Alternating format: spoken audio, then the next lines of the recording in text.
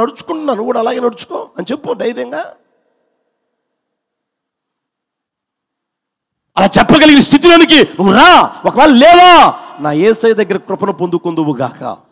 ఆయనకి సహాయం చేస్తారు కదా, నీ బలహీనతల్లోనే ఆయనకు సహాయం చేసే దేవుడు కదా. అర్థమవుతుందా ప్రియమైన వాళ్ళనా?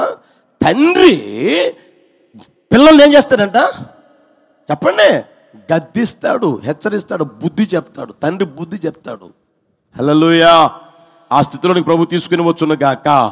మనం బైబిల్లో మీరు ఆలోచన చేయగలిగితే యేసు ప్రభువారిని చూస్తే అన్ని విషయాల్లో మాదిరి ఉంచిపోయాడంట. ఆయన ప్రార్థన చేసే విషయమైనా, పరిచర్య చేసే విషయమైనా, పరిశుద్ధంగా బ్రతికే విషయమైనా, ఏమండి ప్రవర్తనలోనైనా ప్రతి విషయంలో యేసయ్య మాదిరిగా ఉంచిపోయాడు. మాదిరి ఉంచిపోయాడు. ఆయన మాదిరిగా నడిపించబడ్డాడు. అందుకని అంటాడు, నేను పరిశుద్ధుడై ఉన్నాను కనుక మీరును పరిశుద్ధులై ఉండండి. మీ పరలోకపు తండ్రి పరిపూర్ణుడు కనుక మీరును పరిపూర్ణులై ఉండండి. డైరెక్ట్గా చెప్తాడు. ప్రియమైన వాళ్ళు యేసు ప్రభు చెప్తున్నారు కదా.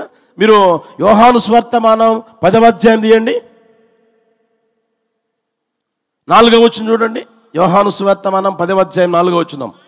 మరియు అతడు తన సొంత గొర్రెలన్నిటినీ వెలుపలికి నడిపించినప్పుడల్లా వాటికి ముందుగా నడుచును. గొర్రెలు, ఆ మాట చూడండి, గొర్రెలు అతని స్వరము వినును గనుక, ఎరుగును గనుక అవి అతనిని, ఆ మాట చూడండి అక్కడ, గొర్రెలు అతని స్వరము ఎరుగును గనుక అవి అతనిని. హల్లెలూయా, హల్లెలూయా. అన్యుల స్వరం అవి ఎరుగువు గనుక అన్యుని ఎంత మాత్రమును వెంబడింపక వాని యొద్ద నుండి పారిపోతావు. అన్యుల స్వరం వినవు గొర్రెలు. ఆయన అంటాడు, నేను గొర్రెలకి మంచి కాపరిని, నా గొర్రెలు నా స్వరం వింటాయి. నా గొర్రెలకి నా స్వరం వింటాయి. నా స్వరం వినడమే కాదు, అవి నన్ను వెంబడిస్తాయి. హల్లెలూయా. సాతాను గారిని వెంబడించో, లోకాన్ని వెంబడించో, తెలిసిన వారిని అయిన వారిని, ఇటు చూస్తే వీళ్ళు కనపడుతున్నారు, ఇటు చూస్తే వీళ్ళు కనపడుతున్నారు, వాళ్ళ వైపు చూడకుండా వాళ్ళని వెంబడించకుండా మనం ఆయన గొర్రెలం కాబట్టి ఆయన్నే వెంబడించే వారంగా ఉందము గాక. అటు కృప దయచేయును గాక. హల్లెలూయా, హల్లెలూయా.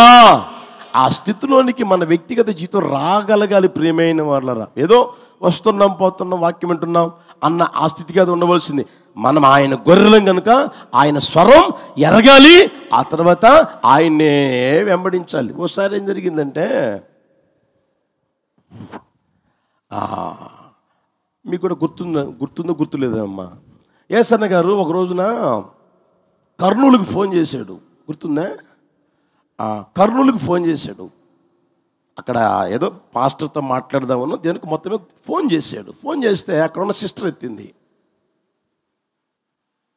సిస్టర్ హలో అన్నది. అమ్మ, నేను యేసన్న గారిని మాట్లాడుతూ ఉన్నాను, పాస్టర్ గారిని పిలిస్తే మాట్లాడతానంటే, యేసన్న గారు ఇక్కడ ఎందుకు చేస్తాడు ఫోన్, ఇప్పుడు ఎందుకు చేస్తాడు, ఆయన మాకు ఇక్కడ ఎందుకు చేస్తాడు అని మాట్లాడుతూ ఉంది ఆ మనిషి, ఆ సిస్టరు. నేను యేసన్న గారిని మాట్లాడుతూ ఉన్నాను అని అంటే, తమాషాల పడమాకయ్యో. ఎవరిని? వెంటనే, మరి ఇది నా గొర్రె కాదా, మేరక్కకు ఫోన్ చేసి అర్జెంటుగా సూట్ కేసు సర్దుకున్నామని గొర్రెలో పెట్టాడు. నా గొర్రె ఏం చేస్తుంది చెప్పండి ఇప్పుడు? స్వరం వినాలి కదా, స్వరం ఎరగాలి కదా. నా గొర్రె అయితే ఏం చేస్తుంది? నా స్వరం వింటది.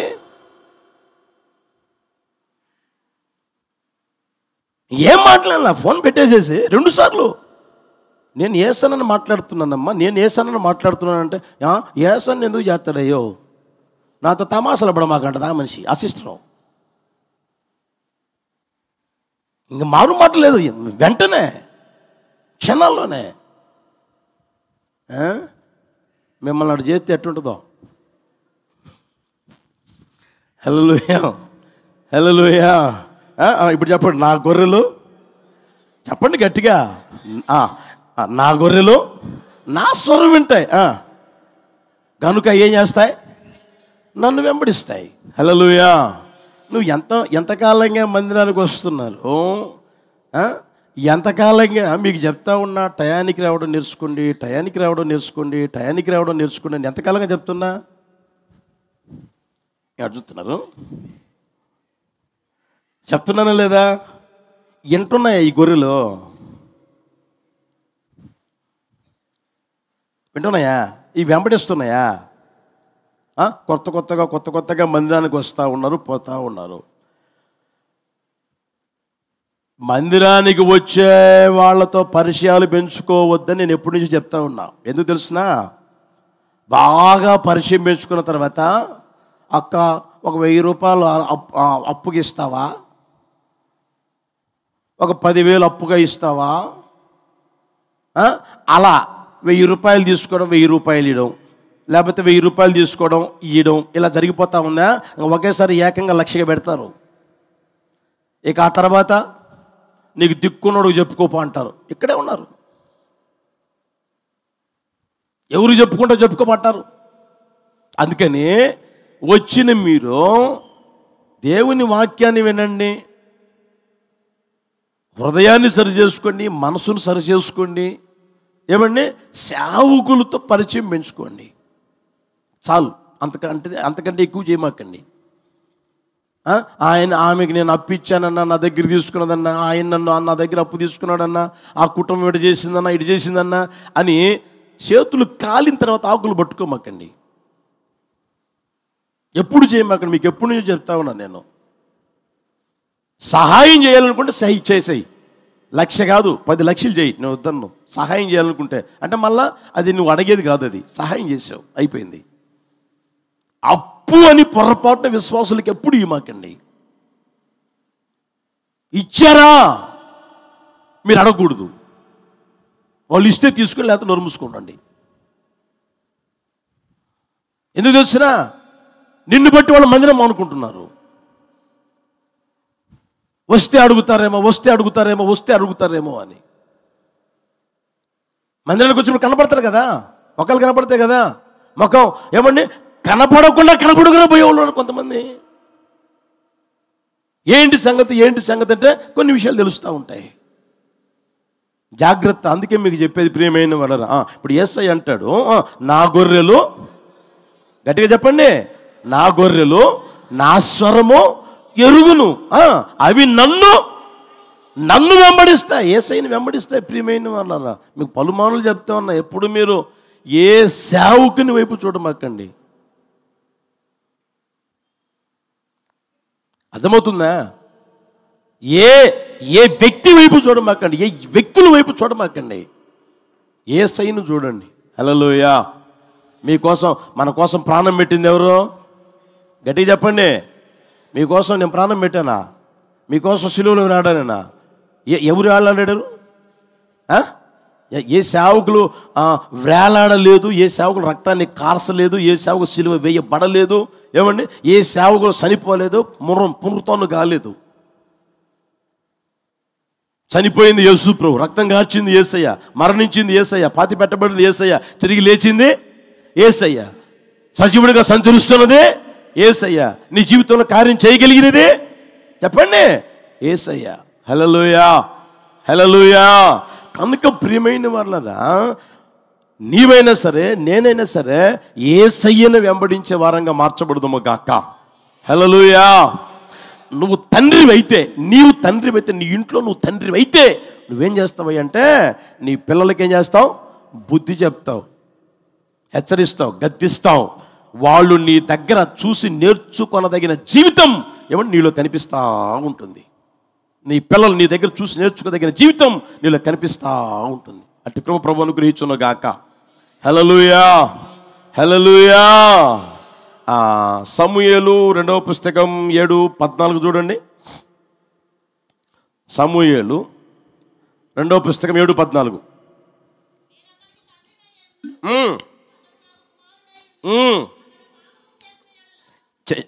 పాపం చేసిన ఎడల నరుల దండముతోనూ మనుషులకు తగులు దెబ్బలతోనూ అతను శిక్షింతును కానీ నిన్ను స్థాపించుటకై నేను కొట్టివేసిన సౌలుకు నా కృప దూరమైనట్లు అతనికి నా కృప దూరము. ఆ మాట గమనించండి. దావీదా, నీ కుమారుడు సొలొమోనుకి నేను తండ్రిని, వాడు నా కుమారుడై ఉంటాడు. ఒకవేళ ఆ వ్యక్తి దారి తప్పితే, పాపం చేస్తే నేనేం చేస్తాను తెలిసిన?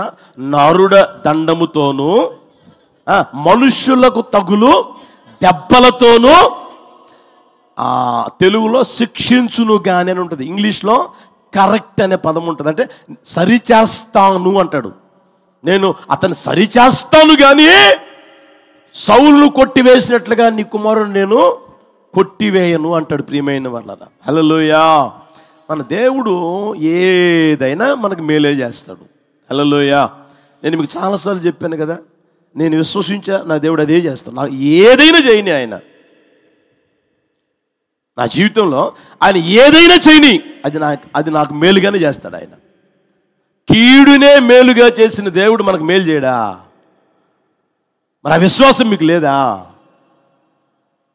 ఆయనను గద్దిస్తే అది నీకు మేలు, హెచ్చరిస్తే అది నీకు మేలు, బుద్ధి చెప్తే అది నీకు మేలు, అది నీకు ఆశీర్వాదంగా మారుతుంది. ప్రియమైన వాళ్ళ బైబిల్లో ఉంది కదా, దావీదు అంటాడు ఏమని తెలుసు? నీతిమంతులు కొట్టుట నాకు, చెప్పండి, నీతిమంతులను గద్దించుట, వాళ్ళు కొట్టుట నాకు తైలాభిషేకం అంటాడు ఆయన.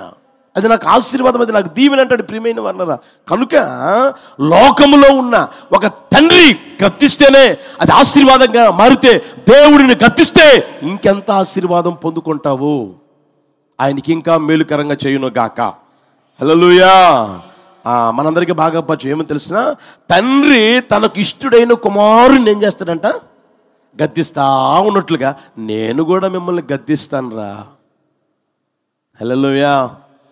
ఆ మాట ఉంది 3:12, సామెతలు 3:12 చూడండి.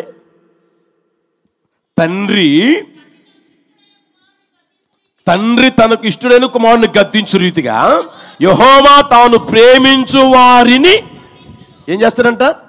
ప్రేమించు వారిని ఏం చేస్తారంట?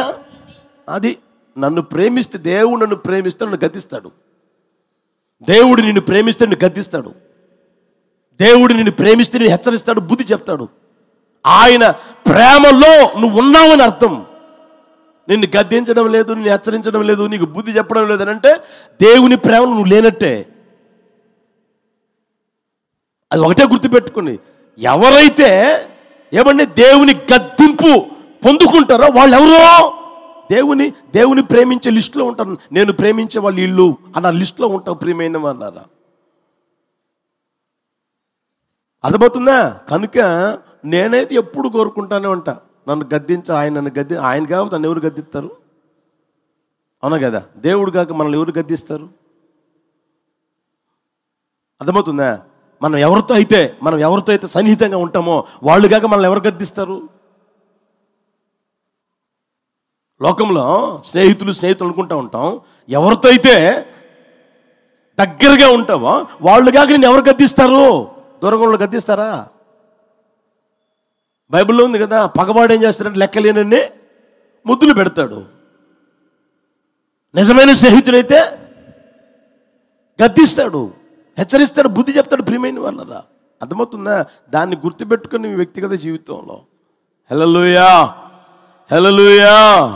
ఇంకొక మాట చెప్పి ముగిస్తాను చూడండి. సామెతల పుస్తకం 13:22.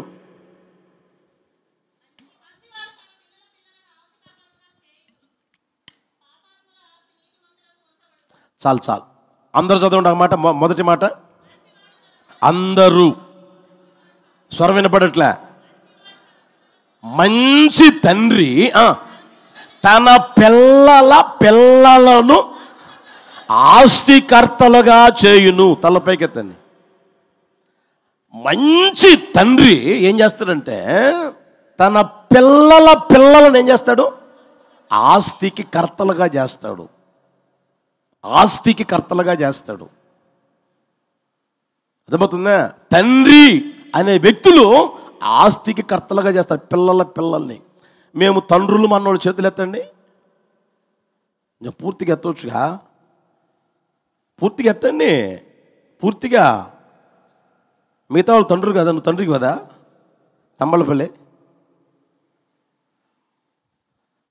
చాలామంది ఉన్నారు. భయపడమాకండి, పూర్తిగా ఎత్తండి, తండ్రులందరూ ఎత్తండి.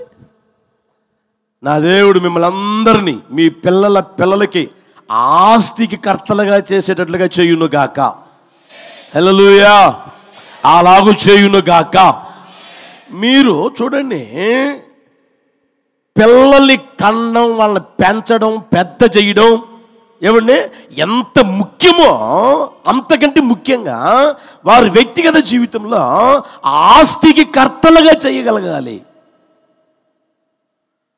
కన్నానులేండి, పెంచానులేండి, చదివించానులేండి, ఉద్యోగం కూడా వచ్చిందిలేండి, ఇంకా ఆడు బతుకు చెప్పండి, ఆడి బతుకాడు బతుకుతాడులేండి అని వదిలేయకూడదు. అది తండ్రి లక్షణం కాదు.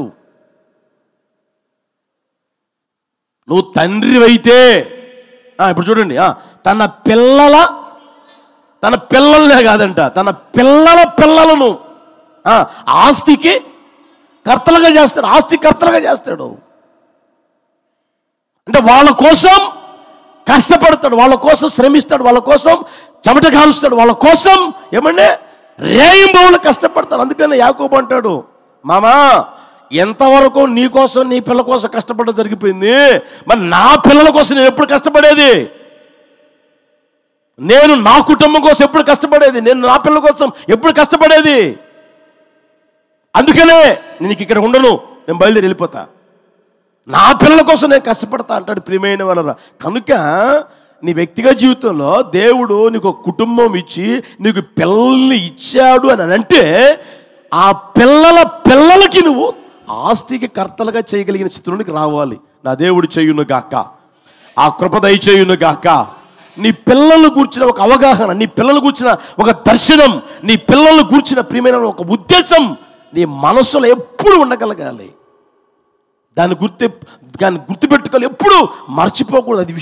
అది మర్చిపోకూడదు. ప్రియమైన వాళ్ళ ఎంతగా లోక సంబంధంగా లేదా భూ సంబంధంగా ఆస్తికి కర్తలుగా చేయాలని ఆశపడతా ఉంటావో అంతకంటే మించి ఆత్మ సంబంధంగా వారిని ఆస్తికి కర్తలుగా చేయుదువుగాక.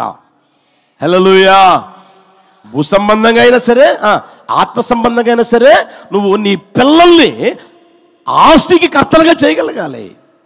అట్టి కృప ప్రభు ఇచ్చును గాక.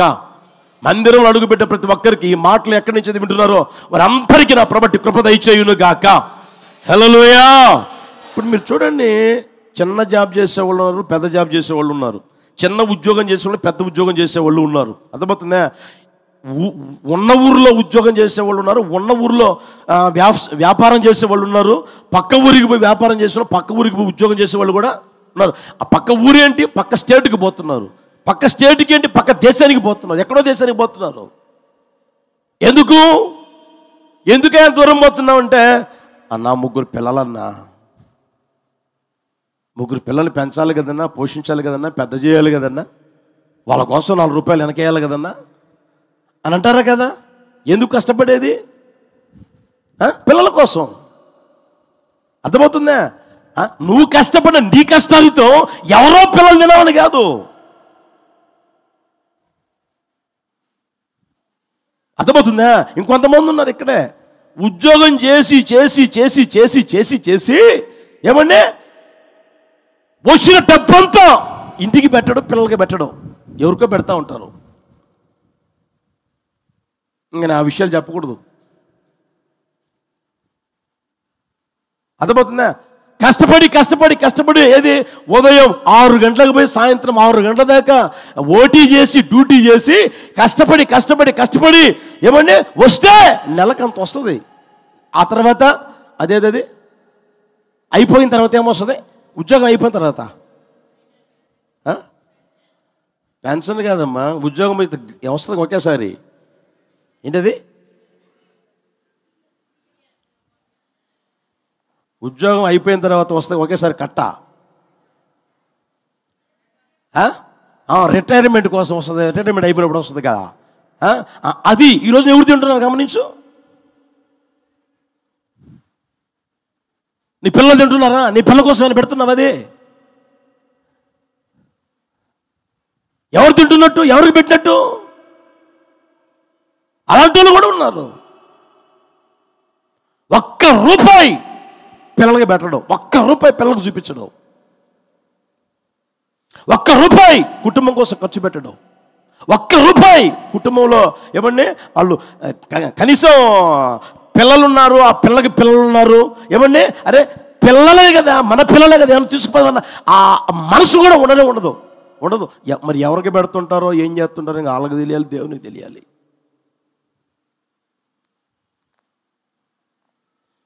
తండ్రి ఇప్పుడు ఏం చేస్తారు చెప్పండి? పిల్లల్ని నీ పిల్లల్ని ఏం చేస్తావు? ఆస్తికి కర్తలుగా చేస్తావు. అట్టి కృప ప్రభువును అనుగ్రహించును గాక. హల్లెలూయా, హల్లెలూయా. బైబిల్లో ఉంది, గృహమును విత్తమును పితరులు ఇచ్చిన స్వాస్థ్యము. పితరులు ఇచ్చిన స్వాస్థ్యం. మీ పిల్లలు నీకు చెప్పుకోవాలి, మా డాడీ ఇచ్చిపోయింది. వాళ్ళ పిల్లలు చెప్పుకోవాలి, ఇది మా తాతగారు ఇచ్చిపోయింది, ఇది మా తాతగారు ఇచ్చిపోయిందని వాళ్ళు చెప్పుకోవాలా. నువ్వు అట్లా ఆస్తికి కర్తలుగా వాళ్ళని చెయ్యాలి. ప్రియమైన వాళ్ళ దేవుడు అందుకోసమని నువ్వు ఒక స్థితిని, ఒక స్థానాన్ని ఇస్తే నువ్వేమో లెక్క లేకుండా ఇష్టం వచ్చేట్టుగా లెక్క పక్క లేకుండా, ఒకవేళ భార్య కాస్త తెలివి కలిగింది, చదువుకున్నది అడిగింది అనుకో, నీకు చెప్పాలా, నాకు తెలీదా? అంత సర్వనాశనం. ఒక్క రూపాయి కూడా కుటుంబానికి పెట్టరు. యేసు నామమున యేసయ్య మీ మనసులు మార్చునుగాక, మీ ఉద్దేశాలు మార్చునుగాక, మీ పిల్లల్ని మీరు ఆస్తికి కర్తలుగా చేయుదురుగాక. హల్లెలూయా. ఇక ఆత్మ సంబంధంగా మీరు గమనిస్తే ప్రియమైన వాళ్ళరా, దేవుడు నిన్ను ప్రేమించాడు, నీతో మాట్లాడాడు. ఆశ్చర్యకరమైన వెలుగు, చీకటిలో నుంచి ఆశ్చర్యకరమైన వెలుగులోనికి నిన్ను తీసుకుని వచ్చాడు. తీసుకుని వచ్చిన నీవేం చేయాలి అంటే, కొంతమంది అంటూ ఉంటారు, ఏమంది వచ్చినా అన్న వచ్చిన డబ్బంతా బిజినెస్ చేస్తున్నానన్న, ఇన్వెస్ట్మెంట్ పెడుతున్నానన్న అంటారు. ఇన్వెస్ట్మెంట్ అంటే పెట్టుబడే, అంతేనా? పెట్టుబడి పెడుతున్నానన్న. దేనికి? పొలాలు కొంటున్నానన్నా, ఫ్లాట్లు కొంటా ఉన్నానన్నా, ఫ్లాట్లు కొని ఎకరాలు కొని పెద్ద పెద్ద అపార్ట్మెంట్స్ కొని కట్టి అమ్మేస్తూ ఉంటానన్నా, ఇన్వెస్ట్మెంట్ పెడతా ఉన్నాను. మంచిదే కాదనట్ల, వద్దనట్ల. దేవుడు ఇంకా చేయునుగాక. హల్లెలూయా. అయితే మీ వ్యక్తిగత జీవితంలో ఆత్మ సంబంధంగా మీ పిల్లల మీద ఇన్వెస్ట్మెంట్ పెట్టగలగాలి. అది ఏంటి అని అంటే, మీరు చూడండి, దేవుడు నోవాహు దగ్గరికి వచ్చి, నోవాహు నా మాట వింటావా అన్నాడు. చెప్పండి అయ్యా వింటాను అన్నాడు. అదే నేను ఈ లోకాన్ని నాశనం చేయాలనుకుంటా ఉన్నాను, నీవేమో నా దృష్టికి నీతిమంతుడిలా కనిపించావు, నిన్నెట్లా నాశనం చేస్తాను నేను? ఒక ఓడను సిద్ధం చేసుకో, స్థితిసారకము మ్రాను తెచ్చుకొని ఓడను కట్టుకో అని కొలతలు చెప్పాడు, అన్నీ చెప్పాడు. చేసుకుంటావా? చేసుకుంటానయ్యా అన్నాడు. తన పిల్లలు సహకరించకపోయినా, తన భార్య సహకరించకపోయినా, అంటే భార్య అంటే సహకరించి ఉంటుంది, అంత అన్నం పెట్టి ఉంటుంది కదా, అన్నం పెడుతుంది కదా భార్య, అన్నం పెడుతుంది కదా, పెట్టి ఉంటుంది మొత్తం మీద. ఏమండి, ఆయనే పగలంతా పోయి కష్టపడ్డాడు. కష్టపడి ఎండకి ఎండి ఏమండి ఆ చితిసారకము మ్రాను ఎక్కడైతే ఉండి అంత దూరం పోయి అది కొట్టుకొని తీసుకొని వచ్చి ఇంటి దగ్గర పెట్టడం, మళ్ళా పోవడం, మళ్ళా తెచ్చుకొని ఇంటి దగ్గర పెట్టడం, ఎంత కలప తెచ్చుకొని ఉంటే 3 అంతస్తులు కట్టి ఉంటాడు ఆయన. బైబిల్లో ఉంది కదా, 3 అంతస్తులు కలిదిగా ఉండాలి, పొడవు ఉంది, వెడల్పు ఉంది. ఎంత ప్రయాసపడి ఉంటే, ఎంత కష్టపడి ఉంటే ఏమండి అన్ని అంతస్తులు కలిగిన ఓడ కట్టుంటాడు. ఎంత చెమటగార్చుంటే, ఎంత ప్రయాసం, ఎంత కష్టపడి ఉంటే, సోమరిగా మారుంటే ఉండేవాడా, కట్టేవాడా? ఎంత కష్టపడి ఉంటారు గమనించండి. ఈ రోజున పొయ్యిలోకి కట్టెలు తీసుకురావడానికే సోమరితనం. ఇది వెనక దొడ్లో ఉన్నాయి, అవి కొట్టి ఎక్కడేయాలి? పొయ్యి దగ్గర పెట్టాలి. దానికే ఒక కూలోడు కావాలి, దాన్ని అవి కొట్టేదానికి ఒక కూలోడు కావాలి. ఇది వెనకైతే తెచ్చి అటు కొట్టి పెట్టుకునే దానికి ఇంకొక మనిషి కావాలి. అర్థమవుతుందా? మరి ఆ మనిషికి ఆ రోజు ఎవరు సహాయం చేశారు? అందరూ ఎవరు? అపహాస్యం చేసేవాళ్ళు, ఎగతాళి చేసేవాళ్ళు, నోటికొచ్చేట్టుగా మాట్లాడేవాళ్ళు. ఏది నోవాహును చూసి, ఒరే నా మాట ఏనంటారా, 120 సంవత్సరాలు రాస్తుంది అక్కడ. 120 సంవత్సరాలు ఏమంటే స్వార్థను ప్రకటించాడంట, దేవుడు చెప్పిన మాటలు ప్రకటించాడంట. ఎవడు నమ్మలా, ఎవడు విశ్వసించలా, ఎవరు దగ్గరకు రాలా. అందరూ ఎగతాళి చేసిన వాళ్ళే, అందరూ నోటుకొచ్చేట్టుగా మాట్లాడేవాళ్ళే. అయినా సరే దేవుని మీద విశ్వాసం పెట్టుకొని అంత దూరం పోయి ఆ మ్రాను తీసుకొచ్చి చెక్కలుగా మార్చి ఏమంటే ఒకదాని మీద ఒకటి పేర్చి పేర్చి పేర్చి పేర్చి అన్ని అంతస్తులు పెట్టున్నాడంటే ఎంత కష్టపడ్డాడు గమనించండి, ఎంత ప్రయాసపడి ఉంటాడు. ఎందుకు చేస్తున్నావు అని అంటే నా ఇంటి వారి రక్షణ కోసం. హల్లెలూయా. నవాహు ఎందుకు ఇంత కష్టపడుతున్నావు, ఎందుకు ఇంత చెమట గారుస్తున్నావు అని అంటే నా ఇంటి వారి రక్షణ కోసం అంటాడు. యేసయ్యకి మహిమ కలుగును గాక. హల్లెలూయా. మరి ఈ రోజున నీ ఇంటి వారి రక్షణ కోసం నువ్వు ఏం కష్టపడుతున్నావు, ఎంత కష్టపడుతున్నావు, ఎంత ప్రయాసపడుతున్నావు, ఎంతగా నీ ఇంటి వారు రక్షించబడాలని ఇన్వెస్ట్మెంట్ చేస్తున్నావు, ఎంత ప్రార్థన చేస్తున్నావు, ఎంత కన్నీరు విడుస్తున్నావు, ఎంతగా మోకరిస్తున్నావు, ఎంతగా ఆయన సన్నిధిలో గోజారుకోగలుగుతున్నావు, ఎంతగా ఆయన సన్నిధిలో ఉండగలుగుతున్నావు. సంపాదన సంపాదన సంపాదన, భార్యని పట్టించుకోడు, పిల్లల్ని పట్టించుకోడు, ఏమండి ఏం పట్టించుకోడు, ఏం అవసరం లే. సంపాదన సంపాదన సంపాదన సంపాదన. ఒక పక్కేమో కనపడే సంపాదన, ఇంకొక పక్కేమో కనపడని సంపాదన. ఆన్లైన్ ఏమది ఆన్లైన్ చెప్పొచ్చుగా, ఆన్లైన్ సంపాదన అంట ఈ మధ్య కొత్తగా వచ్చింది. Online business. ఇంట్లోనే ఉండే నొక్కుంటా ఉండే ఏమంటే సంపాదన సంపాదన సంపాదన. ఇంకొంతమంది ఆన్లైన్ గేమ్స్కి అలవాటు పడిపోయారు.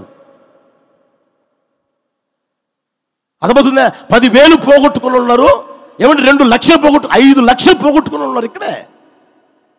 ఆ మధ్య ఎవరన్నారు ₹1,00,00,000 అన్నా అని. నాకే ఒక రకంగా అనిపించే, ₹1,00,00,000 ఎట్టాడాడు వాడు అని. ఆన్లైన్ గేమింగ్ ₹1,00,00,000 అండి. ఒక ₹1,000 పోయింది, నోరు మూసుకోండొచ్చు కదా. సరే 10,000 పోయింది, నోరు మూసుకోండొచ్చు కదా. సరే ₹1,00,000 పోయింది, నోరు మూసుకోండొచ్చు కదా.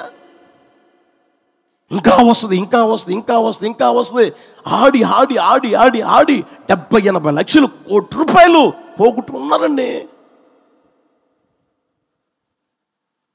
సంపాదన దాని మీద పడి ప్రియమైన వాళ్ళరా ఆస్తికి కర్తలుగా చెయ్యాలి, నేను కాదనట్లే. అదే సమయంలో నీ కుటుంబం రక్షణ కోసం నువ్వేమైనా ప్రయాసపడుతున్నావా? ఒక రోజులు ఉపవాసం ఉందాం, 2 రోజులు ఉపవాసం ఉందాం, 2 గంటలు మోకరించి ప్రార్థన చేద్దాం. రోజు చేసే బిజినెస్ మామూలే కదా ఇది. ఈరోజు ఫోన్ ఆపేస్తే శుభ్రంగా ప్రార్థన చేసుకుందాం అన్న ఆ మనసు నీకు రాగలుగుతుందా? నీ కుటుంబం రక్షించబడాలని అన్నా, మా కుటుంబం అంతా రక్షించబడాలన్నా, అంతా రక్షించబడేటట్టుగా ప్రార్థన చేయండి అన్నా. మంచిదే, రాసిస్తున్నావు, ఇక్కడ ప్రార్థన చేస్తున్నావు కాదన్నట్లే. నువ్వెంత ప్రయాసపడుతున్నావు? నోవాహు ఎంత ప్రయాసపడు తన కుటుంబం యొక్క రక్షణ కోసం, తన ఇంటి వారి రక్షణ కొరకు ఒక ఓడను చెప్పరేమండి ఒక్కడే కష్టపడి, ఒక్కడే ప్రయాసపడి, ఒక్కడే చెమట గార్చాడు. ప్రియమైన వాళ్ళరా దాన్ని గుర్తెరుగుదురుగాక, ఆలోచన చేసుకుందురుగాక. నువ్వు వస్తున్నావు మంచిదే కాదన్నట్లే, నీతోనే పోకూడదు. అర్థమవుతుందా? పిల్లలకి ఏం చేయాలి? ఆస్తి చెప్పండి, సంపాదించి పెట్టాలా. రక్షణ అనే ఆస్తి సంపాదించి పెట్టాలా, ప్రార్థన అనే ఆస్తి సంపాదించి పెట్టాలి, భక్తి అనే ఆస్తి సంపాదించి పెట్టాలి. నీతోనే భక్తి పోకూడదు, నీతోనే భక్తి భావం అయిపోకూడదు, నీతోనే రక్షణ ఆ ఇంట్లో ఆగిపోకూడదు, నీతోనే మీ ఇంట్లో రక్షణ ఆగిపోకూడదు. అర్థమవుతుందా? మా తాతగారి గురించి నేను చెప్పగలను. మేము వచ్చినా రాకపోయినా ఉదయం సాయంత్రం మధ్యాహ్నం ఏమండి ఒక పక్క బైబుల్ చదువుతా, ఒక పక్క ప్రార్థన చేస్తూనే ఉండేవాడు. సాయంత్రం అయితే మమ్మల్ని ఎట్లయినా సరే కూర్చోబెట్టాలని ₹1 ఇస్తా, ₹2 ఇస్తా, నాతో కూర్చోండి అని మా తమ్ముడిని నన్ను ఏమండి చెరుపక్కన కూర్చోబెట్టుకొని స్తోత్రం స్తోత్రం స్తోత్రం చెప్పండి అంటా ఏమండి అలా అంటానే ఉండనంటే ఆయన ప్రార్థన చేస్తూనే ఉండేవాడు. ఆయనతో బోలాది. మా తాతగారిని రక్షించిన దేవుడు నన్ను రక్షించాడు. నన్ను రక్షించిన దేవుడు మా తమ్ముడు కుటుంబాన్ని రక్షించాడు. అర్థమవుతుందా? ఒకరితో ఆగిపోకూడదు, రక్షణ ఒకరితో ఆగిపోకూడదు. బైబిల్లో మీరు 1వ అధ్యాయానికి రండి. 1వ అధ్యాయం, ఆదికాండం 1వ అధ్యాయం.